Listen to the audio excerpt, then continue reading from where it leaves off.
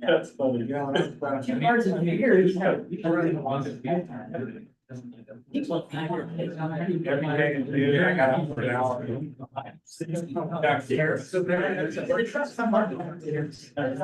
That is what I hope to be.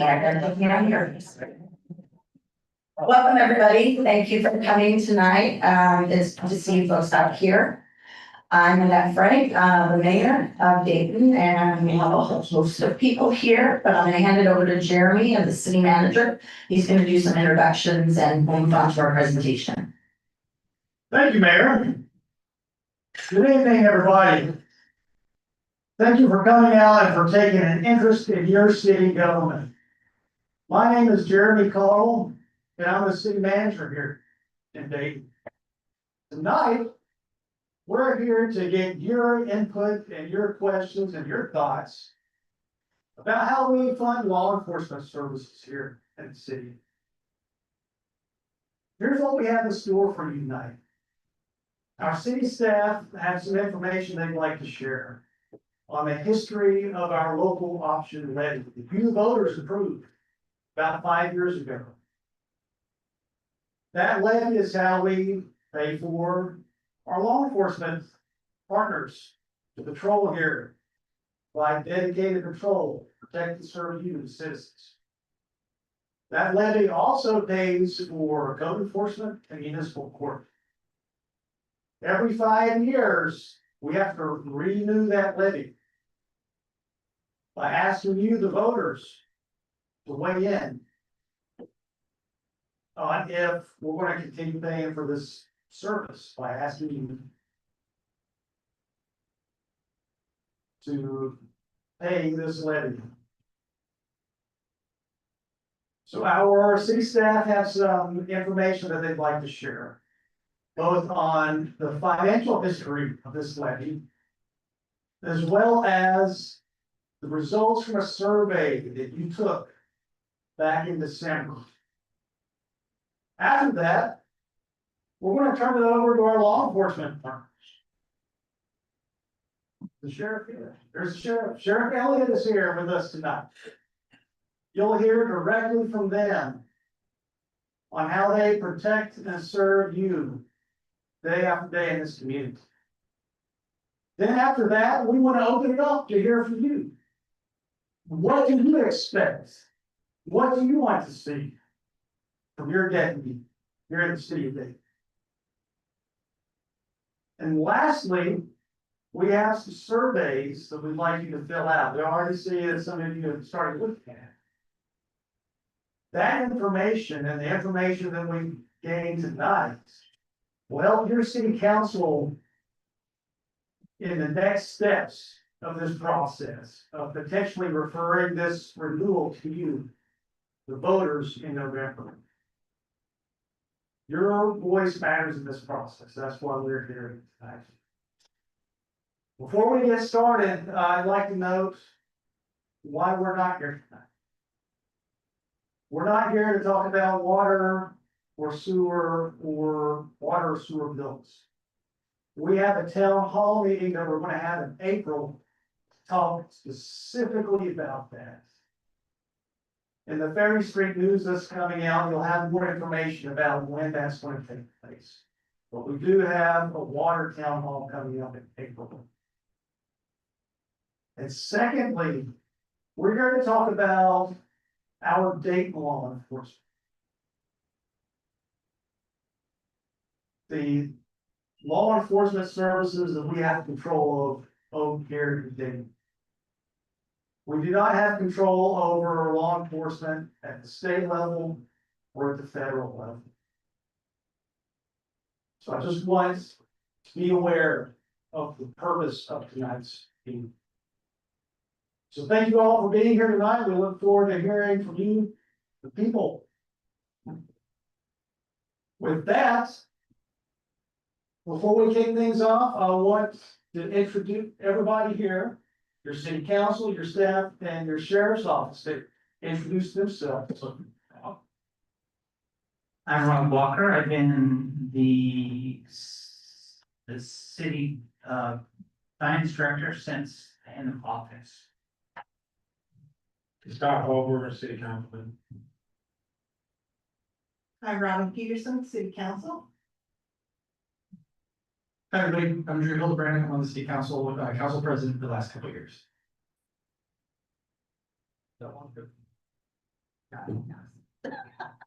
I'm Annette, you already met me.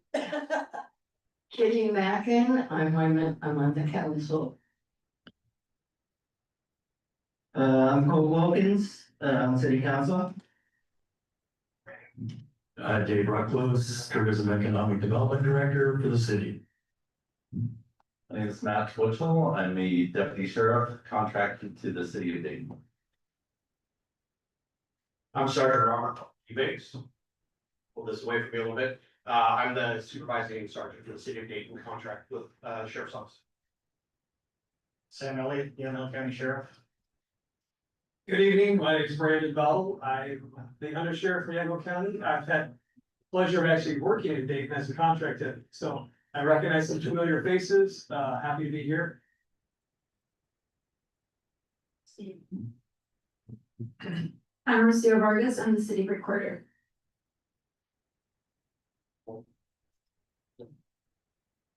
Good evening. I'm Todd Whitlow. I'm our patrol captain. Thank everybody. We'll kick things off with finance director. Take us away, Rob. Okay, I hope I don't mess up here. I thought I'd have some place to put my notes and I see that I don't, so I'm gonna try to do it without them.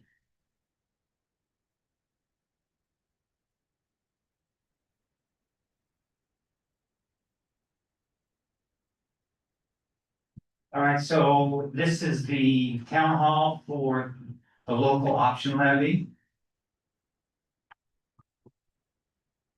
And I'm talking specifically about the finances of the levy.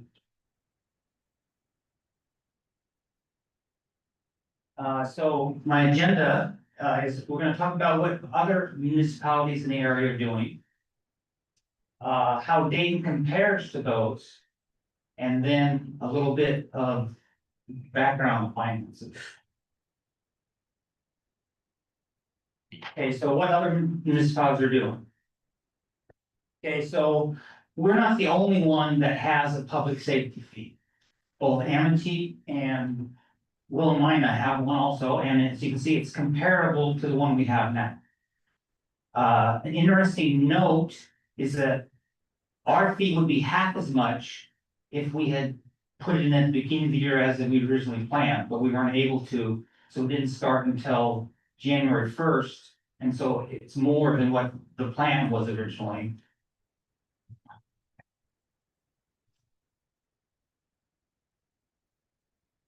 But the real thing to notice here is the tax rates that we have compared to the other cities in our area. We go from here, up there, we have a low of $2.13 per thousand to a high in Willamina of $4.20 per thousand. And what we are at is $1.70 per thousand. And that is why we need a local option levy to pay for police services. So now let's have a financial overview. This is history from when the levy started of revenue and expenditures for the fund. And as you can see, the green, which is the expenditures, outdo the revenue each year that we've had in the levy.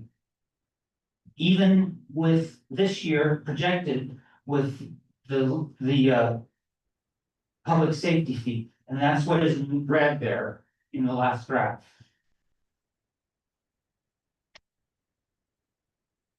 This is a graph on projected revenue for this year. And it shows how much in taxes, which is the local option levy, how much in the public safety fee, court fees, and interest.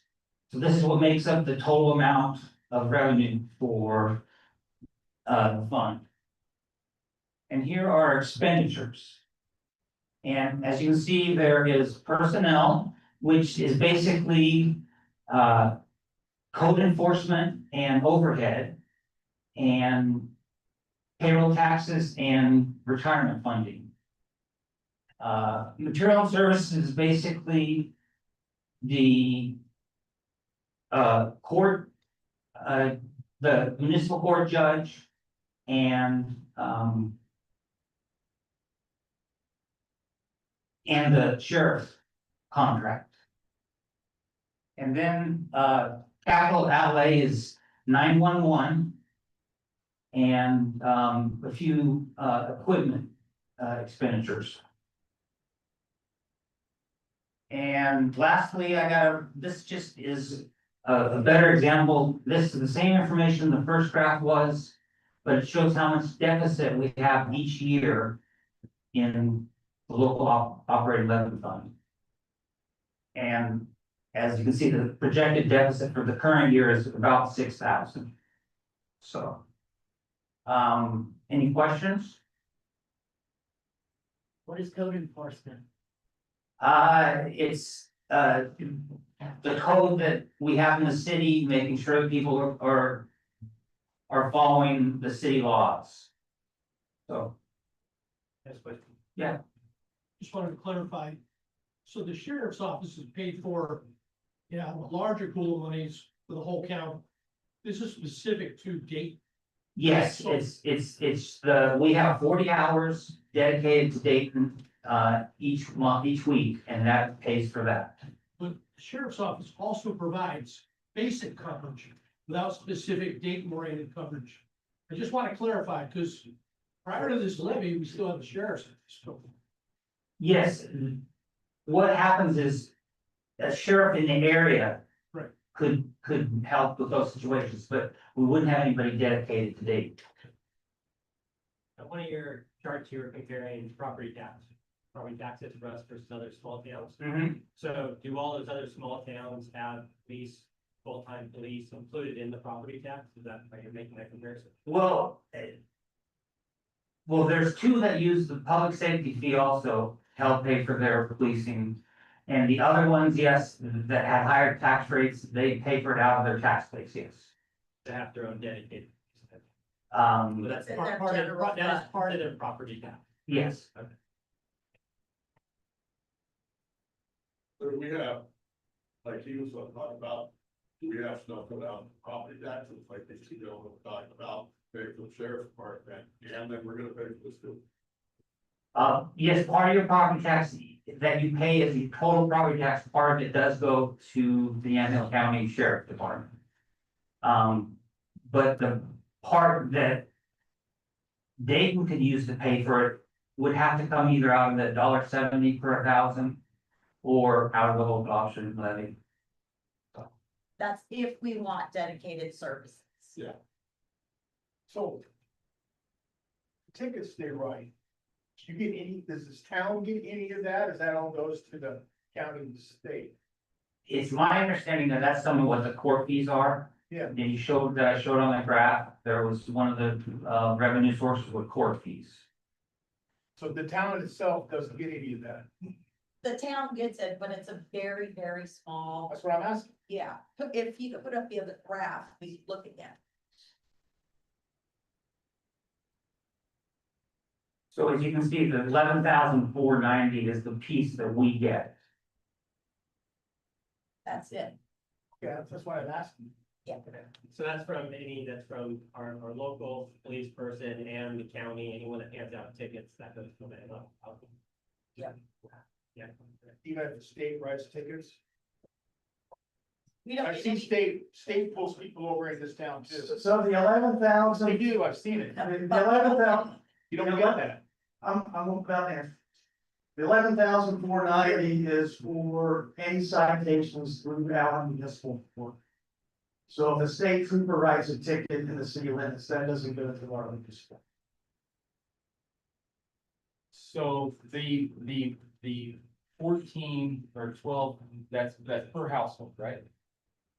The 14 on the bill, on the bill, the $12.35, right? $5. So that's per house. Yeah, that's per household, Per month, yes. How many households are in the city? It's about 900 something customers. Okay. So we're gonna move along. Now, all of your questions, there'll be a opportunity for us to have more in-depth discussion. We're gonna move along to Dave. He's going to share some information about the survey that you all took. Dave? Thanks, Jeremy.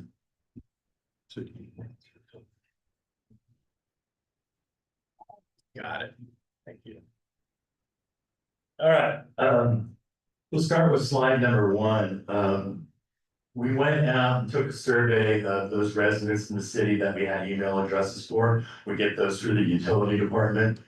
We had over 634 surveys sent out within the community, and we had a response of 140 residents, which is pretty sizable for a survey. When we start with the first question, how safe do you feel in Dayton? I always mess these things up. For the most part, 94% of the people that live here in Dayton feel either somewhat or very safe in the community. So whatever's going on here, people are very comfortable with the kind of law enforcement they currently have in place and the kind of community that here is in place. One of the things we asked was, have you contacted law enforcement in the past 2 years? 67% said they had not, 33% said they had. That's 1/3 said they had. I thought that was rather high, actually. I didn't expect that kind of result, but it does show you that you're interfacing with the sheriff department and making those calls to 911 or the non-emergency line. How do you rate the response? 76% of those responding said that the response was good to excellent. I would think that the ones that did not feel it was, remember, we're only having a sheriff deputy in Dayton 40 hours a week. There are, I'd have to do the calculation, but there's a lot more hours in a week than 40. So you can imagine that a lot of times we're depending upon the sheriff department to just respond to calls when they're not dedicated to Dayton. So I would assume that some of those negative responses probably are associated with not having coverage at that time. Still, that's 76% of the people that responded did so favorably in terms of response time. The current level funds one deputy, as we said, 40 hours per week with additional coverage provided by the sheriff's office is available. When asked how adequate you felt about the level of service in Dayton, 62% said it was adequate or more than adequate, and 34% said that it was not adequate enough or inadequate. So again, 1/3 of the respondents felt that service wasn't adequate enough, 2/3 felt they were comfortable with it.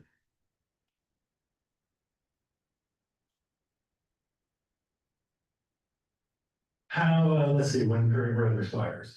Let's see if I stare, I'm a little behind, aren't I? Skip back to the. Oh, I'm going back, okay. Let's see.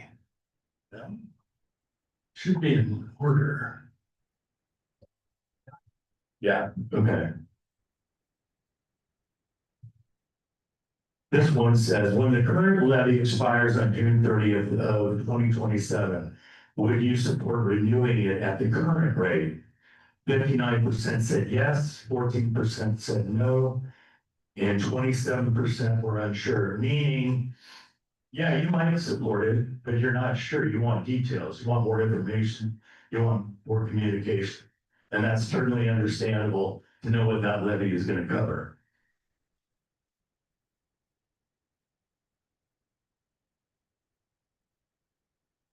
This one is, if the city considered an increase to the levy to provide daily coverage 7 days per week, would you support that proposal?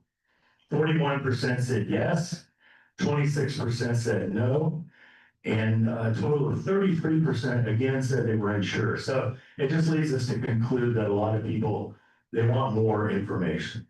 They're not willing to commit one way or another without some more answers.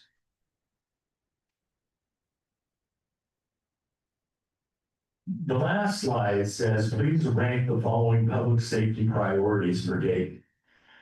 This was interesting because all 5 of the categories were almost equally ranked and were equally important to some of you.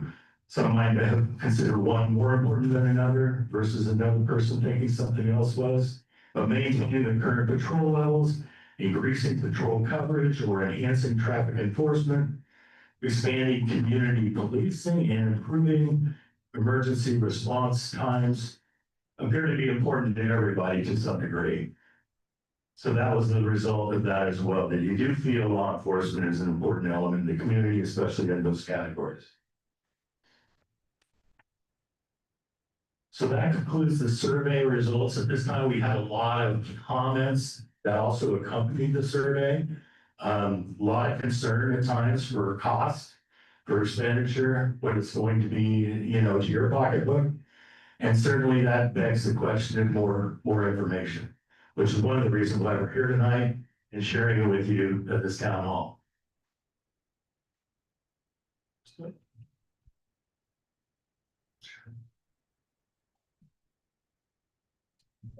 Yep.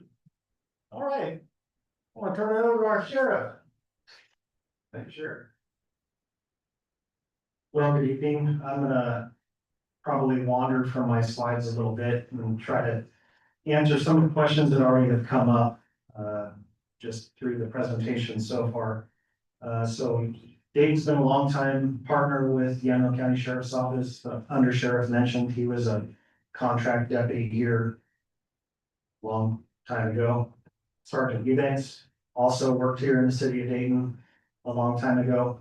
One of the questions was asked about what the other cities are doing. You saw some of the data on the financials and what the other cities are doing as far as how they're paying for their contracts, but all of those other cities contract with the sheriff's office. So we provide policing service in five cities here in the county: Lafayette, Dayton, Amity, Sheridan, and Willamina. The city of Dayton is our smallest at 1 full-time employee. Amity, Lafayette, and Willamina have 2 full-time employees, and Sheridan has 3 full-time employees. So it trends a little bit with the population of those cities. But I can tell you that the call volume is vastly different between those cities as well. I'm actually not gonna go over this because this is what Dave just summarized for you as far as the survey results, but we took it as a very positive survey feedback that so many folks do feel safe in the city of Dayton. They have very positive things to say about their experiences with the sheriff's office, and they help to kind of prioritize or show what the respondents to the survey felt were important for both the city and the sheriff's office to know. Here's a little bit of historical data about what goes on in the city of Dayton. The question that you had, sir, about, you know, when we didn't have a contract here and the sheriff's office was still responding, you know, that was a conversation I had with Jeremy that as the sheriff of the county, I have responsibilities that I'm required to perform under ORS 206010. They are the required functions of a sheriff in the state of Oregon. I am required to operate and maintain a county jail. I am required to perform a civil service function for the communication between the courts and the community. I'm required to have a search and rescue function within the county.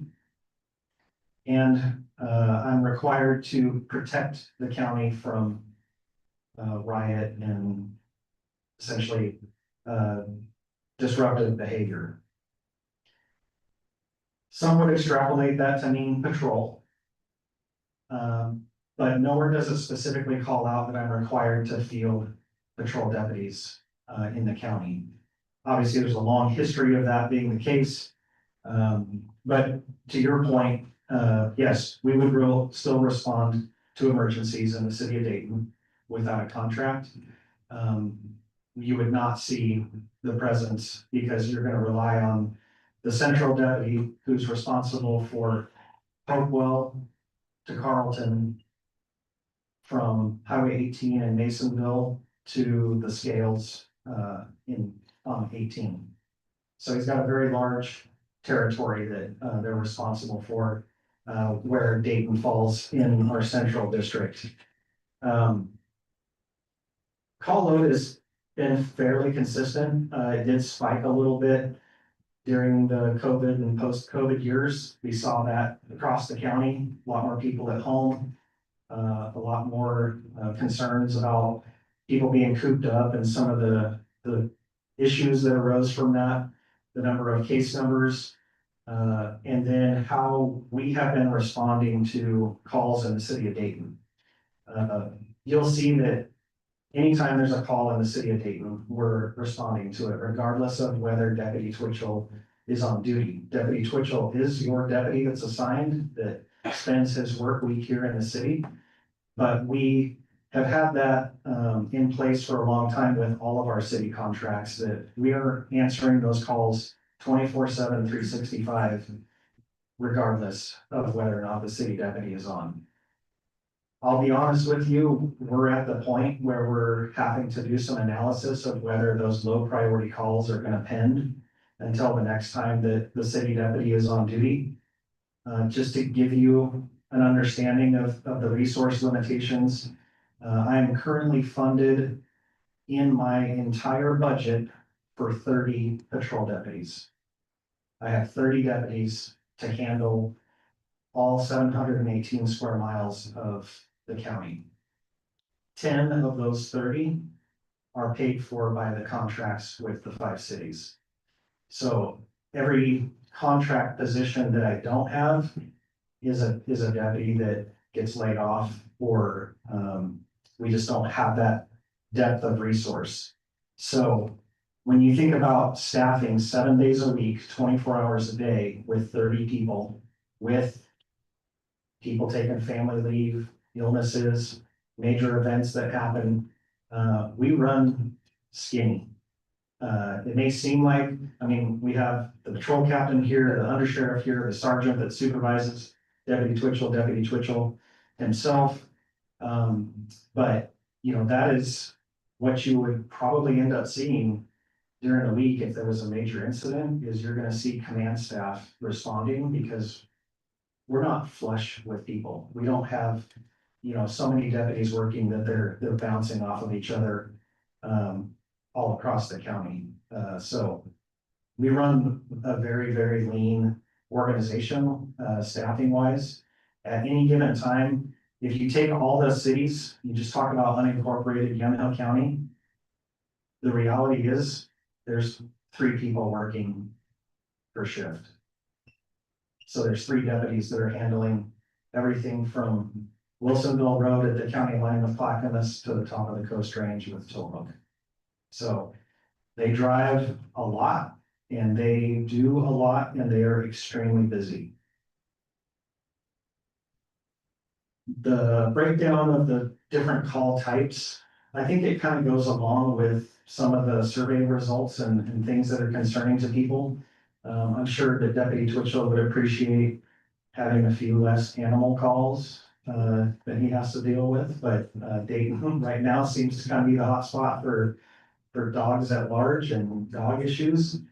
But when you look at the number of calls each year that the city deputy is handling, and then the number of calls that rural patrol is handling, obviously the sheriff's office at large, whoever happens to be the central district car, is handling a lot of calls, like almost 3 times as many. And that's just a simple mathematical evaluation. There are roughly 8,700 hours in a year, and a full-time employee works 2,080, which is roughly 24% of all hours in a calendar year. And you can see that your deputy is handling the exact ratio of calls that you would expect for somebody that works 40 hours a week out of an entire calendar year. So from our perspective, Deputy Twitchell is doing exactly what we're asking him to do, and he's handling exactly the appropriate number of calls, given the fact that he's here dedicated in the city for 40 hours. The rest of the 168 hours in a week, that's being handled by another deputy who's working in the central district. So, it's just a simple mathematical analysis of the number of hours in a week or a year and the number of hours that Matt works in that same time period. So I don't know if I open this up to any questions. Jeremy's giving me the thumbs up, so yes, sir. I just want to say thanks to all of you for working in public safety. It's not an easy job, dangerous career. Part of this question is, you said you have 30 deputies. Does that include your jail staff and your dispatch? No, so jail deputies are entirely separate. They hold a different certification in the state of Oregon, so they are corrections only. I have 22 corrections deputies that work in the jail. So they staff the facility 24/7, 365. They're not, we'll use them in limited circumstances for some very, very large public events, like when we're at the county fair, manning our booth and doing security for the concerts. But by and large, if you're corrections certified, you stay in the jail. And if you are enforcement or patrol certified, you're out on the road. I asked that question just because being a deputy is just one aspect of the job. Being a deputy is just the entire public safety responsibility goes well beyond just road patrols and dealing with the issues that we deal with. And I think as citizens, we need to be aware of that. Yeah, and you asked about dispatch, here in the majority of the county, minus the cities of Newburgh and Dundee. Yamhill Communications, or YCOM, is our dispatch agency. YCOM is an independent organization, so they are governed within their own structure. They are made up because of an intergovernmental agreement between all of the member agencies. So I think that he mentioned, that there are costs to dispatch. There are dues that have to get paid to the dispatch center every year, so that they're able to provide that public safety answering point. We just had an executive board meeting for the dispatch center yesterday, and the director let me know that we're still sitting at 11 full-time dispatchers for the communications center. So that is funded separately from any law enforcement service contract, because you have to fund dispatch for your fire district, for your police department or law enforcement contract. So that's separate from the contract with us. Yes. Example, the low level calls that may not be answered in one country. I mean, I can't say that they won't be. I can just tell you it wouldn't be as quickly. They would still get a response eventually, but you're talking about things like, I discovered that my social security number was used to open a cell phone account and I didn't authorize it. It's a cold, it's not an in-progress call, barking dogs, nuisance complaints like that, abandoned vehicles. Trying to think of some of the other 5s and 6s. Cold theft, somebody shoplifted at Dollar General, that would probably wait until the next time the Dayton deputy is on duty to respond to it. Anything that's in progress or an immediate threat to life or property, you're still gonna get a response, at the time. Folks, I've got a second microphone here, so if you got a question, raise your hand, I'll make sure you get it. I have a question. Yes, I have, two different, actually three different tax from the county that pay, I don't know what it pays for because it's not itemized, but it's close to $3,000 a year. your county property tax. Mhm. And, so now you're gonna add another tax for the city to do the same thing that I'm paying for the county. So I really feel that I'm being double taxed Sure. on things that, I feel like the code enforcer. When I went in and talked to the code enforcer, deputies for the city of Dayton. He said, well, I haven't contacted the officer yet. Well, why are we hired? Why did we hire a code enforcer when he's not out enforcing the codes? I mean, I don't feel that the sheriff's office should be enforcing our codes. It should be our code enforcer. So I'm really confused at, you know, how these funds are being done without, accountability. Yeah, and I can't answer on the code enforcement piece, you know, why they would be waiting for the deputy, because it may depend on whether the violation was ultimately, you know, something that was a violation of Dayton municipal code versus being a state statute that the deputy would enforce. As far as the additional, you know, assessment to pay for the contract, I mean, when you look at what is the responsibility of government, I think that most folks expect that their government is going to provide core public safety service. And as an incorporated city, that is the city's responsibility and prerogative to determine what level of public safety service that they are going to provide. As the county sheriff, I am responsible, and a portion of your property tax goes to pay for the maintenance and operation of the county jail. It does not pay for dedicated patrol service inside the incorporated city limits of Dayton. It pays for those functions I'm required to provide: civil, search and rescue, jail operations. So it goes to fund all other county general fund departments as well. The portion that goes to health and human services, the portion that goes to parole and probation, the portion that goes to public health, the portion that goes to transit, the portion that goes to the county planning department, the tax and assessment office, to fund all those county functions as well. What about tickets people get? Big tickets for speeding or whatever, where's all that money go? So her question, if you didn't hear, was the funds from the tickets. So, you know, I know that Deputy Twitchell and other deputies that happen to enforce traffic law here in the city, they do funnel those citations to Dayton Municipal Court. Dayton Municipal Court is where they would process that violation or potentially have a trial. But ultimately, the revenue that comes from those, I need to go back and look into it, but you know, if you talk about a standard, you know, class C traffic violation or a class B traffic violation with a fine of $265. It's something like $10 that goes to the underlying court, and all the rest goes to the state of Oregon. So is there an opportunity, like if we could get the state police, if they happen to write a ticket in the city of Dayton, ask them to issue that citation into Dayton Municipal Court? There's an opportunity to ask for that cooperation from OSP.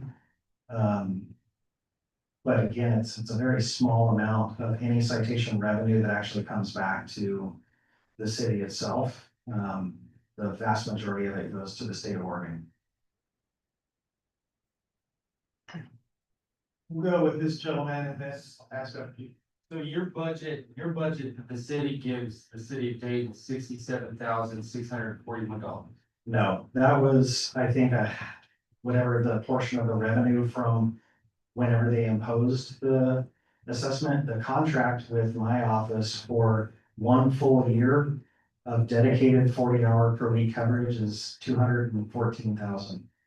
That pays for 40 hours of full wages, health insurance benefits, roll-ups, a patrol car, all the overhead that it costs to actually put somebody in a car working in the city. 240. 214. So you're referring specifically to this? Yeah, that's your budget. That's the city gave budget that you guys have. Correct. Are we talking about this, the red one or? Yeah, as it breaks it down and it says public safety fee of $67,641. Okay, so the public safety fee was to bridge the gap. So what we're bringing in with the levy is not covering all of the Okay, costs. so we didn't see any budget what they get now. Right? That was lumped into Rob's high ground. So what the sheriff, say that again, Sheriff? It's not, well, for 25-26, it's $214,090 was the contract for police services to the city of Dayton. Yeah, so it's right there in the materials and services. So that's the total budget for that. So that materials and services, that includes, that includes the sheriff's contract plus some other things like office supplies. Stuff like that. Okay, great. Thank you. Thank you. It was a good presentation. I actually have a question for the deputy patrol sergeant. I'm just curious, what a week in the life, day in the life looks like for you, like how much time you're in an office doing paperwork versus out patrolling the streets. Trying to give out, speeding tickets versus, driving around, meeting and greeting with the residents, stuff like that. So what's your weekday look like? Okay, so ultimately, right now my schedule's, there we go, my schedule's, 7 a.m. to 5 p.m. And usually I try to make myself available for school, drop off time in the morning to be present in the school zones. Make sure that there's nobody speeding through there. I'll go in and talk with City Hall, after that and see what's going on in the city, if there's anything that needs attention, that's come to their attention. And then from there, I'll usually have some paperwork to get caught up on, emails, that kind of stuff, office type stuff, or if I have a report from the previous shift, work on that in the morning, which is probably about anywhere between a half hour to at the most an hour. And then from there, try to patrol, the city of Dayton and respond to calls. Self-initiated activity, like you may mention, is traffic, enforcement, especially in areas that are, needing that. Take, for example, Third Street across the bridge. There's 2 houses that have been struck there, so I've been doing enhanced patrol there. So try to spend some time there during the commute hours when there's a lot of traffic. And then from there, handle calls as they come in. And then I actually spend quite a bit of time in school. They don't have a dedicated school resource officer. I find myself responding to calls from the school and, they have my personal phone number and they call me from time to time if they have an issue. And then from there, in the afternoons, again, traffic patrol and try to be at the school zone. The school gets out with the grade school and the high school. And then from there, getting closer to 5 o'clock and ended up my day getting caught up on paperwork again, checking all my emails that came out during the day. And that's the day in my life. Sorry, a quick follow-up to that. So looking at the call volume that you guys get, how much of that call volume comes in between that 8 to 5 period versus, I would think nighttime, things pick up a little bit with theft and trespassing and stuff like that, but I have no clue, so. Open it up to you guys. Sure, so I do have sheriff, if you'd like. Okay, so I do have a rotating schedule. I'm here from September 15th to approximately March 15th, spring break time, 7 a.m. to 5 p.m. Monday through Thursday. So I can be here for the school, and in the wintertime, it's just that it gets dark early, right? And there's just not as much going on during that time, generally speaking, not to say that there couldn't be. From March 15th to June 15th, I work 9 a.m. to 7 p.m. Tuesday through Friday. There's been studies as far as when there's been more calls, and there's more calls during that time of the year. And then from June 15th to back to September 15th, is 3 to 1, 3 p.m. to 1 a.m. Wednesday through Saturday. So try to be here for the weekend, be here for Dayton City, or the Dayton Friday night at the park, and be present more of the evening hours when people are out, when the weather is warm, and stay out later.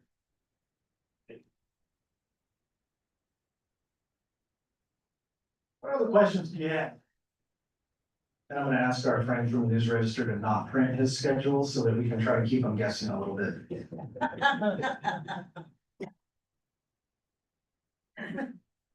So this has already been voted in, we got Can't be done without it now. Well, no, as far as voted in, I mean, we're just here to talk about what the service that we have been providing under the existing contract that we have. I think, probably Dave or Jeremy can talk more about what the city was asking. Certainly, it is, we fully recognize that law enforcement service is expensive. It's expensive for the contract with us. I don't know if either of Todd or Brandon can remember when Dayton last had its own police department, 1986. 1986. So, it's a trend that you see not just here in the Willamette Valley or in Yamhill County, but pretty much nationwide, that it has gotten so expensive to have all the overhead, to have the insurance, to have all the certifications, to handle evidence, to have the facilities, to have the cars, the bodies. When you hire somebody to be a police officer, you have to send them to the academy in the state of Oregon. That's a 16-week academy. Then they have probably 16 to 18 weeks of field training. And it becomes very cost prohibitive for these small towns to maintain their own local police department. That's why you're seeing so many of them contracting with the sheriff's office, because we already have a lot of that infrastructure in place. You don't have to have an evidence facility here in the city of Dayton. We take it all to our evidence facility. You don't have to have a separate insurance policy with city county insurance that covers the liability for any claims of excessive force or false arrest or any sort of an issue. We assume that liability because we're the agency that's providing the service. You don't have to have supervisors. You don't have to have a chief executive. You don't have to have records people that can do all the reporting to the state of Oregon and to the FBI with your crime stats. So that's where, even though it is expensive, I think if you were to try to do an analysis of what it would cost to have your own police department to provide that public safety service in the city, would be vastly more expensive than the contract with us. And that's not to say that each city doesn't have their own police. We still have two cities in the county, smaller cities, Carlton and Yamhill, that field their own police department. The last city that ended up contracting with us and closing down their own municipal police department was the city of Amity in 2019. Captain Whitlow was the one that essentially facilitated that transition from them having their own municipal police department to being a contract agency, a contract with the Yamhill County Sheriff's Office. So, it is extremely expensive to do business and to have full-time employees and to keep them professionally trained. We haven't talked about some of the other ancillary things that come. We have now a drug team. They've been active. They've actually had some cases here in the city of Dayton. We have our detectives division. I didn't pull the numbers to see how many DHS cross reports or child abuse cases that the detectives have worked here in the city of Dayton. Deputy Twitchell will take the cases that he can take, but there are cases that come about that we have to bring our special investigations detectives. And we've had some major incidents that have happened here as well. And so you get the benefit of all of the other stuff that comes with a slightly larger sized agency, like having detectives and having a drug team and having an evidence unit and having supervisors. We don't charge for having a supervisor. Sergeant Eubanks supervises Deputy Twitchell. He comes to city council meetings. He provides information to the city. And we're doing that as just essentially kind of a courtesy because of the fact that there is a contract. There is an administrative cost to the contract, but we have always been very generous with how we spend our time and having a dedicated supervisor that any one of the city staff knows they can get a hold of Bob and that he will take care. He coordinates having all of our folks that come to help with parades and with city events. So it is kind of a trade-off, and the trade-off for us is that if something really bad happens 5 miles south of here on Wallace Road, Deputy Twitchell's going. He's not gonna sit here in the city and wait for somebody to come from Carlton. you know, he does go outside of the city on emergency calls until we can get people there, and then he comes back to the city. So that's where the trade-off is. You know, it bolsters our capacity for the region, but, you know, he is dedicated here to the city, so that's where he spends his time. And, you know, the rotating schedule, I kind of joked about that, but we really don't advertise that for specific reasons of, people know when we're working and when we're not. They know when the deputy's in town, they know when they're not. And we deal with that across all 5 of the cities that we provide contracted policing service to.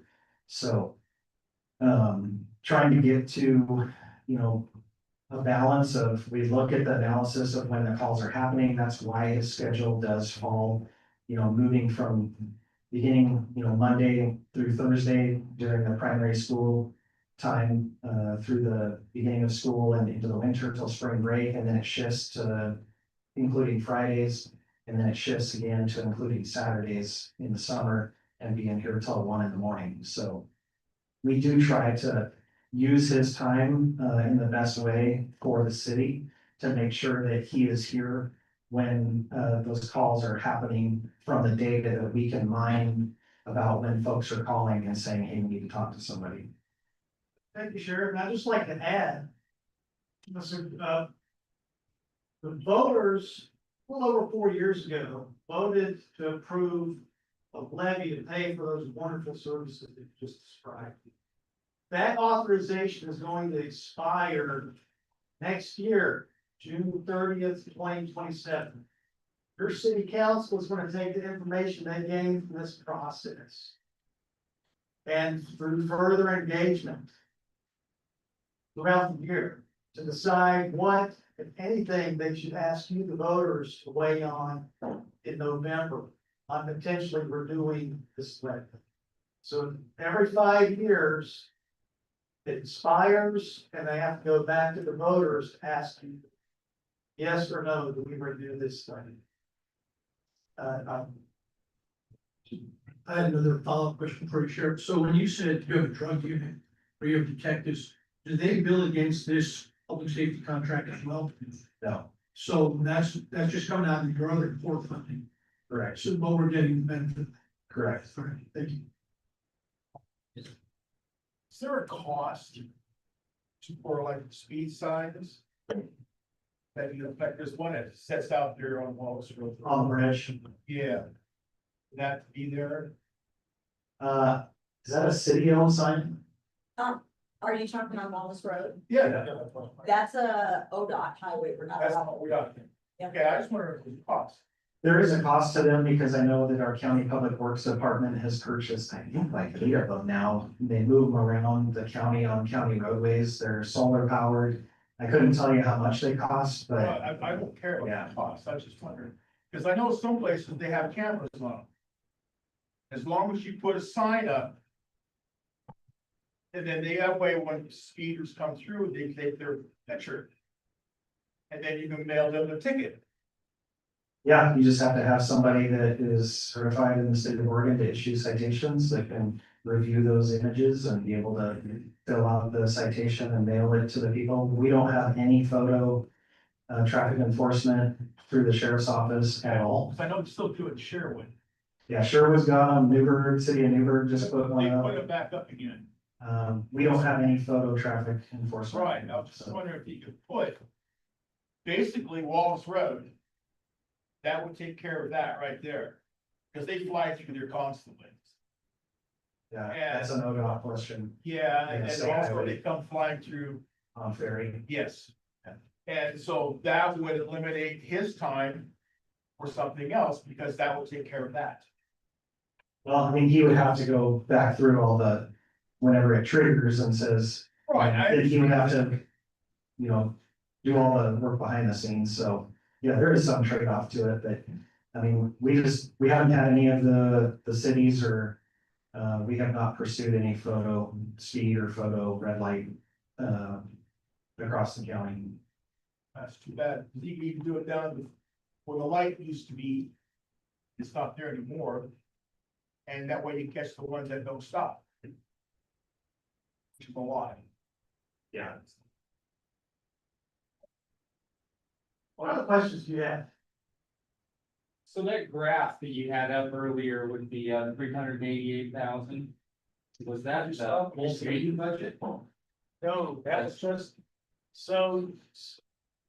So the money that we get from the levy, that goes into a very specific fund. And the only thing that we pay out of that fund is for the sheriff's contract, code enforcement, and Right now it's 380. that's correct. Yes. So a couple of these, I mean, first option you have is 579,000, right? So it's a $200,000 increase, right? I'm just working off your numbers here. So 640, you said there's 900 homes a day. Roughly, correct. Okay, so that's a $580,000 a year that you guys are pulling in, right? No, Off of that levy, it's a $185 per $1,000 value. 6,233 a year per household. so that's based on, the 300,000. I know that it's all of it, but there's not many homes in Dayton that are under 300,000. There's also property, commercial properties that are a lot higher, so you can't really extrapolate. That doesn't make sense. There's too many varieties of things too that don't allow you to lump it all into one, other than. But you guys are gonna take 12, right now you're taking $12 and whatever cents off of our water bill, right? And that's per household. He said that you have 900 roughly homes in this city. Roughly. So that would mean that you're getting Verifying how many water bills that go out. what? You should know how many houses there are, because that's how many water bills Yeah, they he said go out. roughly 950, I'm Yeah. rounding down to 900. Yeah. And so that would be These calculations are, I have a great big old spreadsheet that has 100 and some accounts. I'd love to sit down with you and walk through this. It's pretty. I mean, I'm all for paying for police, I get it, but, I mean, some of this math at 430 per household, I mean, that's a lot of money. How about the budget committee? You interested? No, here are the spots. You'll learn a lot there. Seriously. You'll learn how it all breaks down, what everything costs, all I the thought that's different what funds. it's for, so that we can figure out. No, but I mean the whole city budget, so you can understand what we're paying for police. That's what I asked for, 388,000 on your graph, said that's what we're giving the police. But you wanted to extrapolate a little bit more out of that, right? No, he's just talking No, about I'm the saying police what your budget, that's proposed it. levy is. That's all we're here for, is the police budget only. Remember, right, that's the first thing he said, police budget only. We'll get into the other stuff in April.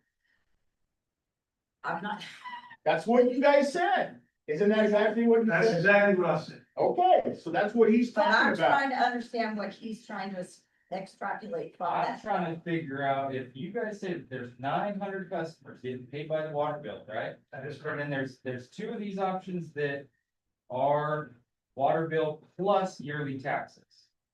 Right? So we're getting taxed twice in the same buck.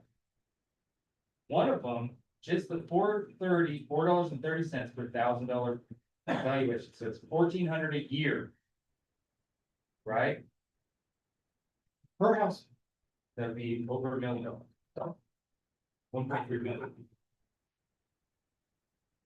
Or $1,500. Correct. Oh, accountable per year. Correct.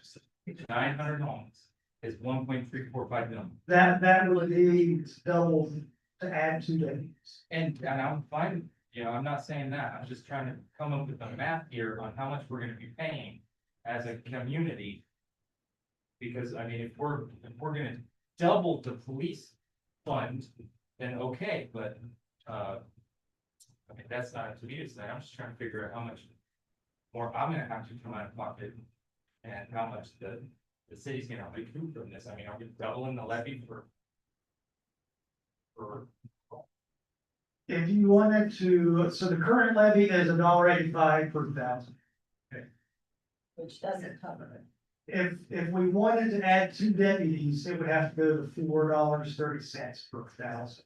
And then you go from paying on a $300,000 home, $643 a year 900 homes. to about 1,500 a year. But it's hard to extrapolate that with the property taxes because you have a wide variety of property values, so you have to look at that. And I have that data. I'm not happy about getting it twice. I mean, if you're paying yearly taxes, then figure that out, but why are we paying yearly taxes plus an additional water bill? So, hey, Jen, And he's asking why he's gotta pay the fee on top of the levy. So it might be good to touch on maybe the public safety fee is a temporary fix until it gets passed. So the public safety fee is not a temporary. We're in the red on the budget. And I understand paying our fair share, I get it. No, but we are currently in the red. We owe them. We don't, we still owe them to pay them. So in order to pay back on the red that we owe on the budget, we had to add, I think people can. Yeah, should. We had to charge that fee to make up for the difference that we didn't have to cover the cost. Yeah, well said, and wonderful questions for sure, but you know, to the mayor's point, it's a temporary solution, so it's a temporary stopgap measure just until this gets passed. That was something that's come up multiple times in council was, you know, hey, will this be temporary until passed in the fall? And bottom line up front, I think that's one of the reasons that we're having this conversation and these questions is what would you like to see? Would you like to see one? Would you like to see two? Would you like to see three? You know, would you like to see Right none? now, I see more state police in Dayton than I do Yamaha County Sheriff. That's not against you guys. I've worked the same hours you guys work, so I'm out of town. But I live on Third Street and I'm looking at two houses that have been struck by cars. Absolutely. One of them's still boarded up for 2 years. Absolutely right. So that particular topic too, there's a lot of different conversations with like ODOT on that specifically, but that's a whole nother conversation at the time. But to your point, like I live on Ferry, so, you know, I see, you know, Deputy Twitchell come by regularly, whether it's for school, whether it's for traffic enforcement, so. You know, that's one of the things that is important for us to decide is, it's important for everybody in the city of Dayton to decide. Is what is the comfort level, both with service provided, but also payment method and amount of payment.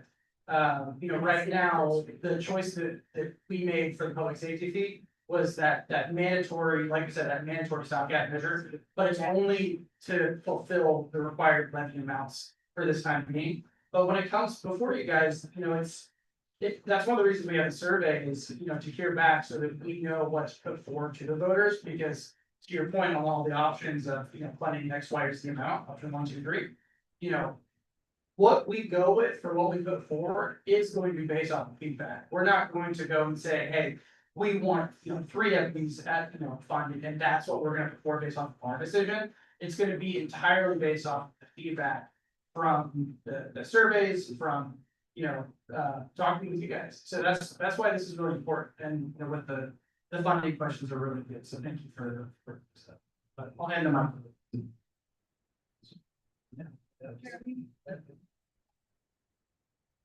Maybe I'll understand that was something. Maybe I should know because we didn't need something. So when we say that the current fee that's showing up on our water bill, it's not the one, but it's for the safety fee. And that's to make something to pay with contract. Does that mean that our 900 households do not raise enough money to pay the 214? Is that what you're talking about? Yes. Okay, all right. And so that's why every year there's been a little bit missing, and as I understand it, the last several years, we've been able to take some money from here, there, and everywhere to make up for that. But now because of the budget problem with the general fund, we can't do that, so we have to look elsewhere, to make up for 240. I think that's part of what's missing from the story, is that we currently as a population don't raise enough to pay for the contract that we signed off. So anyway, thank you. Well said. I do myself. Yeah, because. I would definitely like to know why it is when you vote for something and get it passed, then all of a sudden we come up and for a year. I mean, I get that it's a year, almost a year and a half, that we're shortfall. Why put that, what's gonna happen if we vote for this and 4 years down the road, oh, we're at another shortfall, we're just gonna add the state tax to the citizens of Dayton, and so it really needs to be looked at when you're putting it out for a levy, that you're getting it to where, okay, yeah, it's gonna cover us for 5 years. Or, it's not gonna cover us.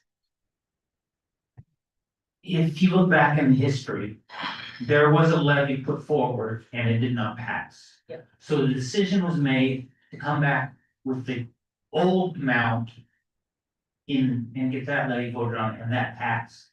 So it was known from the beginning that it was not gonna cover its contract, but it was what passed. That was 2022, I think, right?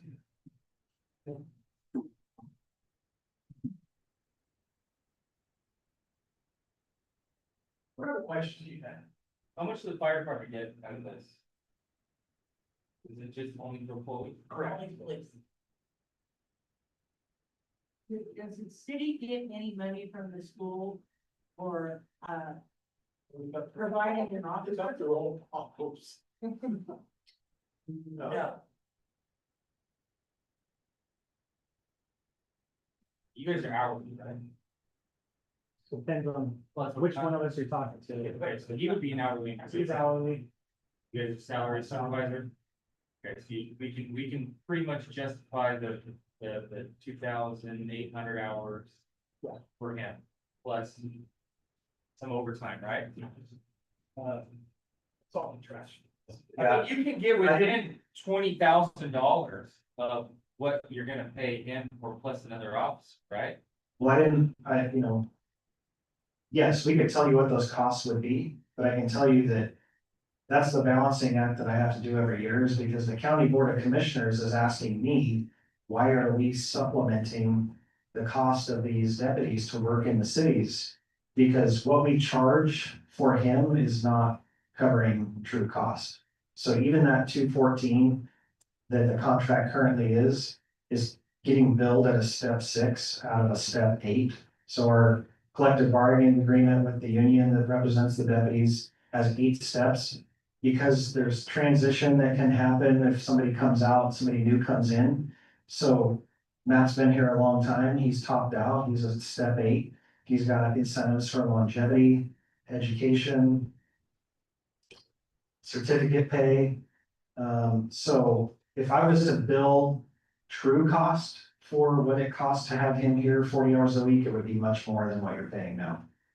So then why wouldn't you, whoever wrote this levy or whenever it was written, why wouldn't they have come out for the whole ballpark, a big old chunk, and then work from there rather than have to Maybe come they back? did, that's why it didn't pass. Exactly.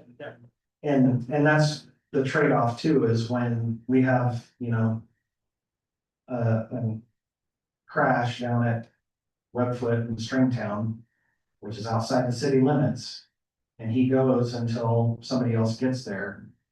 It's not like then we owe the city of Dayton because we utilized your contracted hours, because we're still paying a portion of the cost for him as an employee. So it gives us a little bit of a buffer to say, he's contracted to work here, and if he can spend his whole 40 hours here, that's what we're obligated to do. But if he does have to leave the city limits to handle something that's an emergency, we can straight faced say, well, you're not paying his full cost. The county is still picking up a small portion of that, and that's why we can justify asking him to come out of the city limits on occasion. So it's a give and take. One thing to note on the 2022 levy too, that one only failed by a handful of votes at the time. And as someone who. So I remember the voter pamphlet of that levy, and the way that levy was written in 1.2 was very confusing. It made it sound like, we were getting charged a lot more than what in actuality it would have been. So I remember at the time, there was a lot of conversation on the Facebook pages, there was a lot of conversation going door about what this was, what it would do. And it was, this time around, the goal would be to be a lot more transparent, a lot more communicative on how this is written. There was a lot learned from that levy, but I don't want to give the misinterpretation that it wasn't something that was cared about by the community at the time. The messaging just got some of it lost in the weeds when that came around, but it wasn't like it was something that lost, you know, by 60% of the population or anything like that. It wasn't a, vastly voted down measure. It just barely failed. It was really just communication. Yeah, Yes, I thought it was 7 votes. 7 votes. That's just something to keep in mind as we talk through this as well, is, if we look at going forward at the rate that we're currently at, if we look at it, increasing, it's not something that's historically been frowned upon by the community. It's actually been supported, it's just that specific iteration, struggled with the messaging. That would not go through those same circles this time around. So just something important to know. And another reason why we're here tonight. Can I say something? So, I think we're having a discussion of putting it in the hands of the community. I'm a member of the community too, and the idea of dropping levies out of the blue on us and being like, we don't know what this is all about, and does it really balance, this doesn't look right, and so we're having that conversation tonight, and I think it's really important as a community. We're a small community, we're like a family here, at least that's the way I consider it. I came up here from Grants Pass, out of Josephine County. And I'm gonna tell you guys that the sheriff's levy failed down there several years. And they shut the jails down to just a skeleton crew. And for that, one of the biggest counties in the entire west side of Oregon had one sheriff. Not deputy, but one sheriff did the whole thing. You called the sheriff's office and you got a message, we don't have any staff. So guess what? State patrol would sometimes come through there, but they were stretched pretty thin too. So Smith and Wesson was the law. And people were getting their heating units stolen right from their houses as they slept. There were a lot of break-ins, and there was a lot of home invasions. And so I'm not saying that this is gonna happen here. It's part of the reason that I'm here right now. And part of the reason that you don't know what you have until you don't have it. And when I moved to Grants Pass, and I lived there many years, I thought, law enforcement is just something we all get, period, right? And I learned that that's not true. So not only did I live out in the county, and guess what? There was no police there for me when things went south, and they went south, I'm telling you. It was a very, very high crime area, all the dope growers, crazy meth heads, and all that's going on down there. So I moved up here, and this is peace. I'm a hospice nurse, and I went to people's houses, I had guns pulled on me on 5 different occasions. I had somebody chase me down the road with a handgun. And I'm right there in broad daylight. And that doesn't happen around here, and it doesn't happen because of this office that we're talking about right now. And I feel like in some ways we're begging you guys to support something that's super important to us. And I really wonder whether we all know how important the sheriffs really are to this community. And having a personal sheriff is something that's a luxury. And so the last levy we came up short, inflation came along, and post-COVID, the inflation's been nuts. And so the cost of operating everything now is a lot more. We're trying to scramble around and find a way to make it happen for you guys. So when this whole levy thing comes up again, we really want the people to speak. We don't want to see the city council or Jeremy or the sheriff. We want you guys to say, hey, this is what we value. This is what we want. Because when that levy failed in 22, it was a tough blow. It was a really tough blow, because we did just what you asked. We didn't get what we needed more. We asked for it. Guess what? We get to vote on it. Just like in Josephine County, they got to vote to terminate the sheriff entirely. And we have that right too. But I don't think anybody in this room really wants that. I really appreciate all the law enforcement around here, because I know what it feels like to live in sort of anarchy in here. And I had gates on my front door, and I kept the handgun on my bedside. And I don't really wanna have to live that way, And the other thing I wanna say is I'm sorry for all the talk We got some dogs out here, I control. But really, that's what I want to say is, we're not trying to finagle something out of the city of Dayton as it comes to this sheriff. We're not trying to sell you something. We're just trying to offer a service that's tailored to what you want from us. We're here, we're public servants, and that doesn't always work that way, but in Dayton, I really like to put this council and our mayor and people that are working as your public servants. We wanna know what you guys want, and we wanna give it to you. Here, here. That's what I mean. Rob, I understand what you're saying. I am just, coming from somebody who's lived here just a couple of years now. I live on the main Wallace Road and I see more people speeding by that place than they don't. What it makes me angry is all that, cause I walk that road every day, I take the dog and my wife out there, and they come tearing through there at 70 miles an hour. Yeah. Alright. The problem People that is, do not keep like them. cars is trucks. Yeah. It's everybody. Well, the cars do it a lot, but it's the trucks do it. And the big person that does the most speeding is the turtle. He's a farmer. That's not going out there on that road and said, I questioned him on that, says it's his brother that lives out on past Hopewell. I got a camera on my front door, dude. I can show you Yeah. video. I know a lot of cars do it, but he has instructions, they come flying through there. And they'll run the stop signs and they just keep right on going.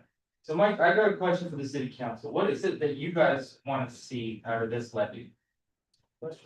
Am I answering as a city councilor or as an individual in the community? Do you live in Dayton? I do it, well, we all have to, by the charter, we all have to live in city limits. So, yes, I do, I live off Ferry Street, and so as a member of the community, if I take off the councilor hat, put on a member of the community hat. So we've got a toddler, she's a year and a half old, and we take her in the subdivision all the time, we have little walk bikes that she loves riding on. And I think about every single day, I think about her future. Every single day it crosses my mind, what she is going to inherit from what we do and what we decide. And I think when we look at the status quo of public safety, I'm happy. I'm very grateful for Deputy Twitchell, I'm very grateful for Sergeant Eubanks, I'm very grateful for the sheriff and the sheriff's department. And the status quo I'm happy with. I think about what could it be? You know, I think about if we've got 40 hours dedicated, what would 80 hours look like?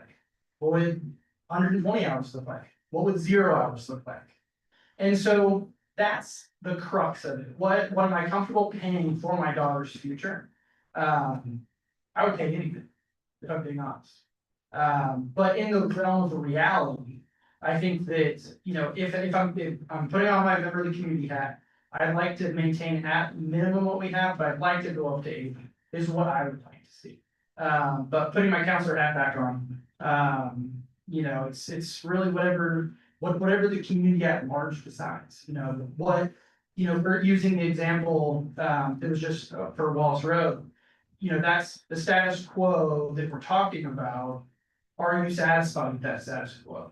You know, what would you like to see more? Now, there's feedback within the year, so, you know, Deputy Twitchell gave an example of his week, right? So if there's somebody speaking on Wallace while he's at school, he's not gonna be able to respond to what's going on with Wallace. But somebody else might. If we've got a double, I don't know if we would do doubles, it's a whole different conversation, but, you know, there's more opportunity for coverage depending on the decisions made and what is put forward to the voters. What you all want from either maintaining, increasing, or decreasing that status quo. Don't know if that answers the question exactly, but that's what I got. So I think we're gonna go ahead and start wrapping up. If anybody has any final questions. Okay. I do want to offer that Jeremy's available anytime if you have any specific questions or you want to go through the budget in and of itself. He's here for you for that reason. But I really appreciate you all coming out. Thank you for your time. And I'm just so happy to see y'all here. On a side note, with my little hat, there was a time we didn't have police services and things went really bad.